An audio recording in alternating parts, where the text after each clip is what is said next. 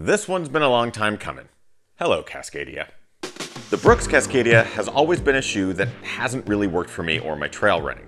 It's been heavy, clunky, and seemingly designed for thru hikers and those in pursuit of support over speed. However, now in its 16th version, the Cascadia has really been taking the time to work on itself and is ready to shine on any trail running course. Featuring a few more millimeters of stack, the midsole provides better dynamics underfoot, while the redesigned upper provides a lighter and more breathable fit and finish. The outsole and ballistic plate provides the protection, and the overall changes to the shoe in the latest version make this the best Cascadia yet. But can a shoe whose long heritage aimed at thru hikers and adventurers truly redesign itself to work with the growing sport of trail running? Does the Brooks Cascadia 16 bring enough excitement to the table to stand out amongst the crowd? Hopefully find out in today's review. Let's dive in.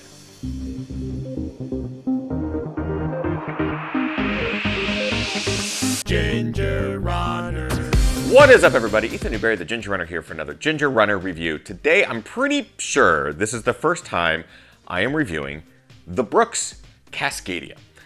This is the Cascadia 16. This shoe has been around for a long time, now in its 16th version. I'm excited to finally do my review. I've had numerous versions in the past. As I mentioned there in the intro, they just really haven't worked with my feet or my trail running style, my size, that sort of thing. They just haven't really been super comfortable. The 16 changes that, and I'll dive into that in today's review. Of course, before I get started, I have to point out that these shoes were provided for review by Running Warehouse. I'm under no obligation to say anything positive or negative about the shoe. I'm not financially compensated for anything that I say in this review. No one has to approve this review. You're the first to see it. Have to get that out of the way. Let's get into the review. As always, I like to talk about the things I like and dislike about the products that I review. Today is no different, starting with the things that I like. Durable. Now, this is a quality that the Cascadia has pretty much always had in its corner. The shoe will last you a long time. It's very durable. All the materials that they're using are very durable. From the upper, the mesh upper that they're using, the welded overlays, the midsole is really dense and provides you plenty of durability and longevity.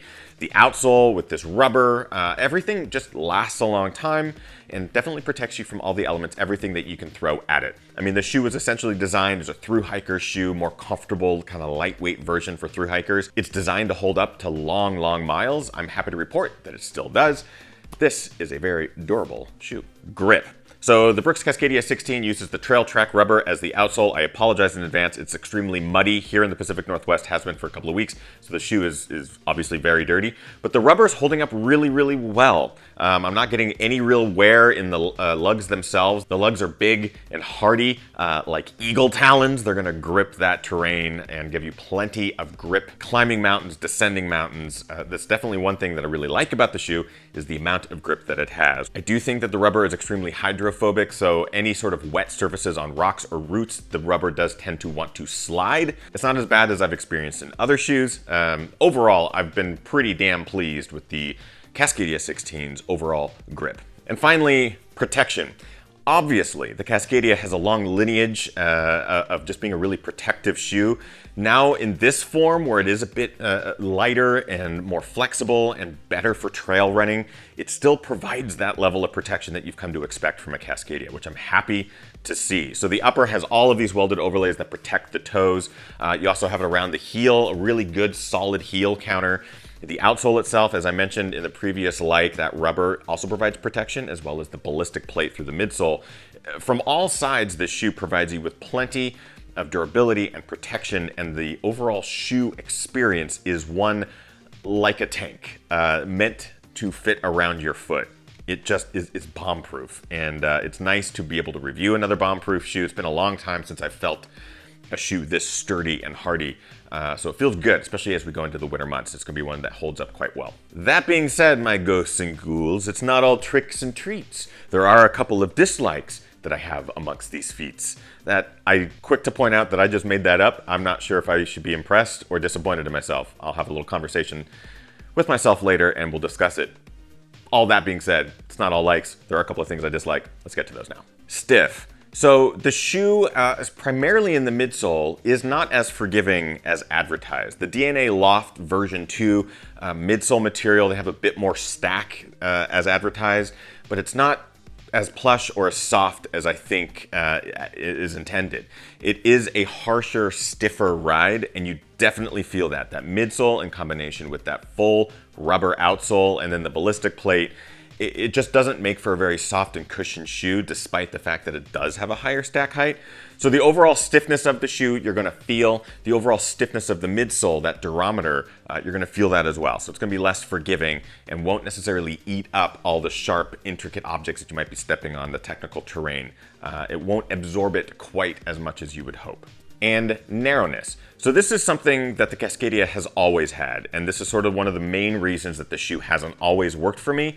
It is designed as a more narrow shoe and certainly a longer shoe. So the way the shoe has usually fit for me in the past and is no different here in the 16 is that it does tend to be a bit tighter through the midfoot. You do get a good lockdown, but you tend to have a lot more room right in front of the toes. So the overall length of the last is different compared to the width across the midfoot. Those who are used to the Cascadia, this will be pretty much the same. I think that the upper materials are a bit more forgiving, certainly through the midfoot and through the vamp, which is a big welcome get in the new version. But the overall shape of the foot is continuing to be more narrow. I want to call it a precision fit, but with the amount of materials that they're using, it's less precise. It's a bit more bulky. So just be prepared for a real narrow fit with a little bit of extra room along the toe bridge. But that's it for primary dislikes. Now let's get a little bit more specific, talking about the build quality, the comfort, the fit, the price, and the looks of the shoe, starting as always with the build quality. Clearly, the shoe is built quite well. There's a lot of history in the Cascadia line. They've learned a lot from their previous versions. It's nice to see the last couple of versions sort of lean into the trail running space. Here, the materials are probably the best usage of the materials yet in the lineage. So the overall build quality keeps durability high, keeps that protection high. It's really gonna be, the way it fits on your foot is probably gonna be the biggest gripe that a lot of people have. Talking about comfort, the midsole is not the most comfortable midsole. It's super dense. That durometer is not super forgiving. It will provide you with that protection, but it won't be super comfortable for long hauls. Of course, I know people who have done very long distances in these shoes. Through hikers tend to love them as well.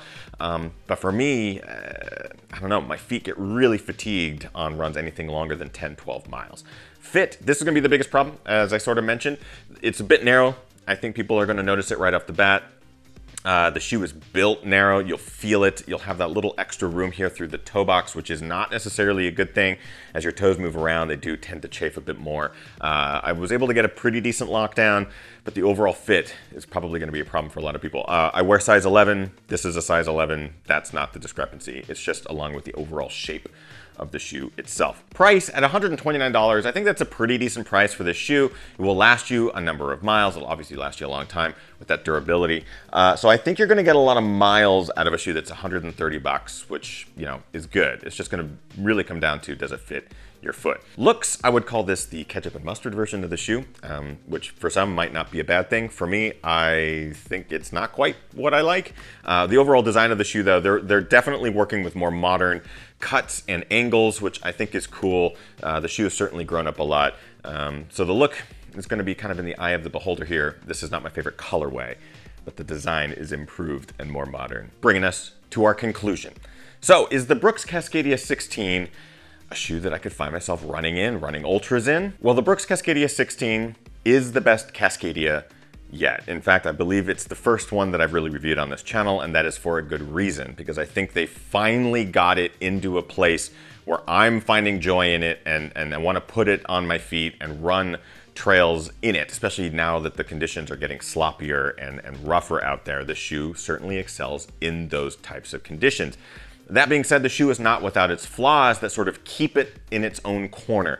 There's so many different trail shoes on the market now that are competing with this, from North Face, from Salomon, from Hoka One, or just Hoka now. It's durable, it's protective, it'll certainly last you a long time, but I think it is a prisoner of its own heritage. Now in its 16th version, we're finally seeing it sort of move and adapt and future-proof itself. I am excited to see what happens next in the Cascadia line. So here we are at the 16th version, my favorite Cascadia yet, which brings us to our final criteria. Is the Brooks Cascadia 16 a buy, try, or a why?